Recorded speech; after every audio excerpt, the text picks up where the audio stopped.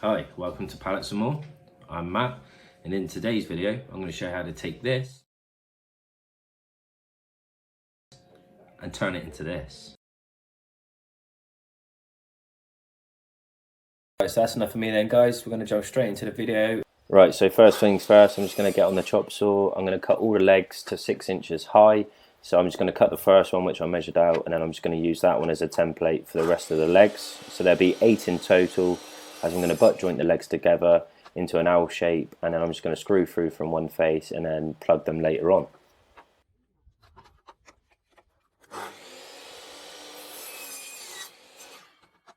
Right, so I've got all the legs cut now. I've drilled them off screen, I've countersunk them off screen. I'm sure you all know how to drill and countersink a piece of timber. So I'm just going to quickly screw them all together now, and then I'll place them on the bottom of the top to see what they look like.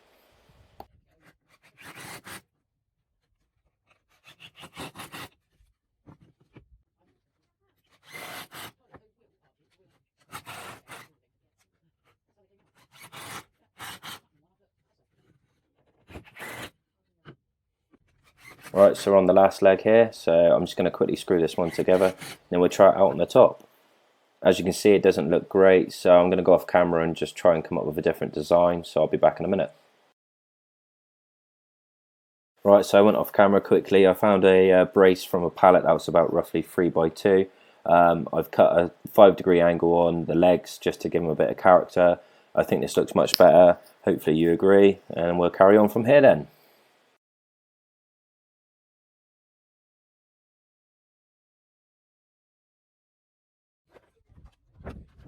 Right, so as I went off camera and cut the legs for the new from the new bracing material, I thought I'd quickly just video the rest of it, so the other 2 legs and the other little middle brace for the legs. So here I am, I'm using the leg that I've already cut just to mark out the one that I'm now cutting. It's a simple thing. I've just beveled the saw around to a 5-degree angle, and then that angle gets cut on both ends of the leg at the same, facing the same way, so that the top and the bottom of the leg sit 90 degrees to the floor. And then here I'm just going to scribe on to the new legs the angle.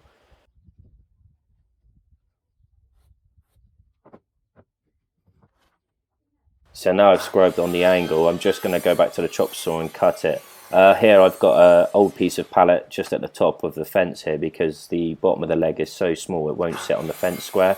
So this is just a sacrificial fence, just so that it holds it square whilst I make the cut. So now that all the leg assemblies are all cut, I'm just going to measure out 1 inch in from each end, and I'm going to measure in ½ an inch in from either side, which would be where the legs are placed.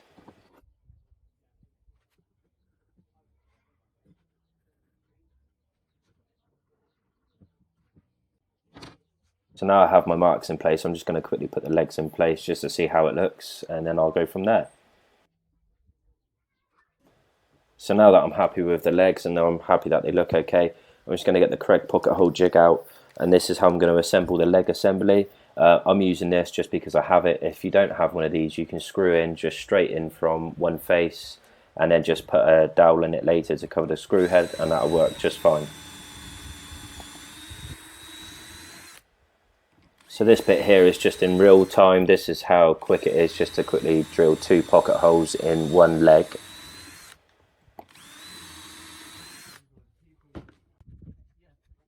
And now this is double time.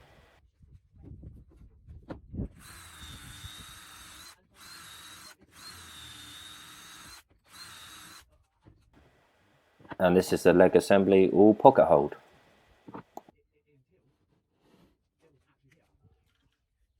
Right, so that's everything pocket holed. So now I'm just going to quickly screw it all together. I'm happy with the way it is, and the correct pocket hole screws will be plenty strong enough for this assembly.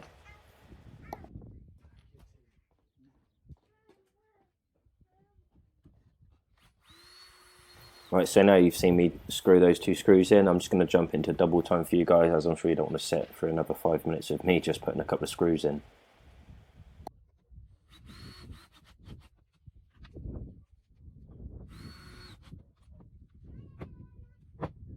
Right, so I'm back on the chop saw again. I decided to add a 5-degree angle onto the top of the legs so that they actually stick out at an angle from the stool from the top. Right, so back on to everyone's favourite thing of sanding. So I'm just going to quickly go everything with About Sander. I'm only using 80 grit sandpaper again, and then I'll go over it by hand with some 120. Don't worry though, I've also sped up the sanding process so you don't have to sit through and watch me sanding the whole lot.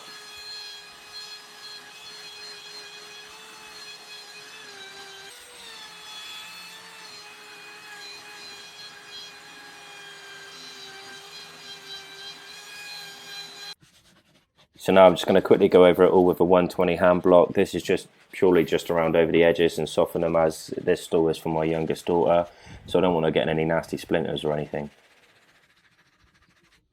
Right, and that's that. So now I'm just going to quickly screw the leg assembly to the brace.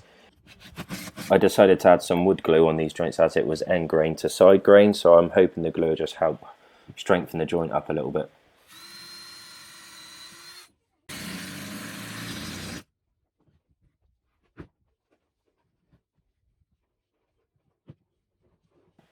It helps to pilot hole your holes into the piece you're screwing into just a little bit. It just stops the timber from splitting. So just choose a drill bit, maybe half a mil smaller than the diameter of the screws you're using. So I was using 4x50. So the pilot hole bit I used was a 3.5, and I maybe drilled down about 35 mil. Just helps stop the timber from splitting when you put the screw in. So here I'm just adding a dollop of glue to each of the holes, and I'm just going to line up the grain on the pellet I've cut so that the grain is going the same way as the piece that is going into.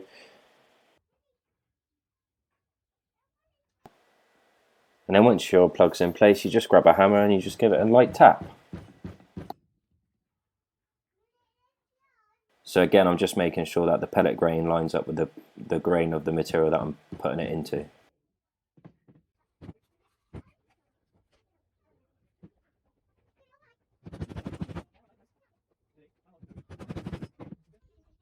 So here I'm just adding some pocket holes into the brace just to help hold the top down to the leg assembly.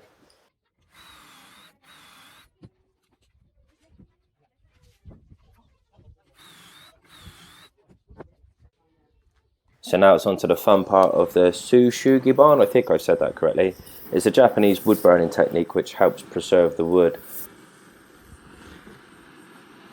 I haven't sped this footage up for you guys. I wanted to show you how it happens in real time. But this bit is sped up for you guys. I didn't think you'd appreciate sitting through the whole 15 minutes of me just wood burning a scaffold board. I've gone for a really light burn on this scaffold board. I'm doing it more just to darken and age the scaffold board, as I'm going to use a clear matte polyurethane to finish it with.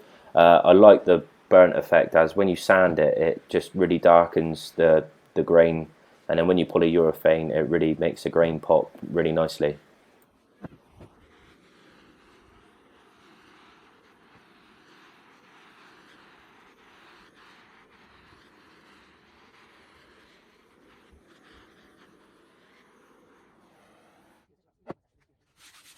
So now I'm just going to lightly hand sand this again. This is just to get rid of any dust, debris from the burning process, and it also helps just smooth it off again once more.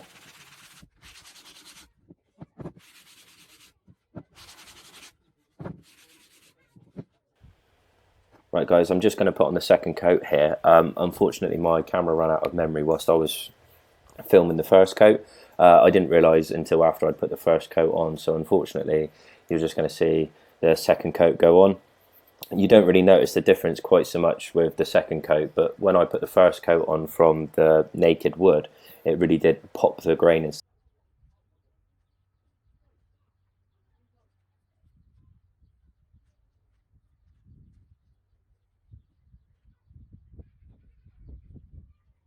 So just one thing to remember when you're using polyurethane, that it goes on white from the tin, as you can see in the tin there, and on the brush it's white. So when you're brushing it, if you have any like nail holes like I do in this old scaffold board, when you're painting over it, it will build up in those little crevices. So you need to go back with a dry brush and just get rid of that, otherwise when it dries it will dry white.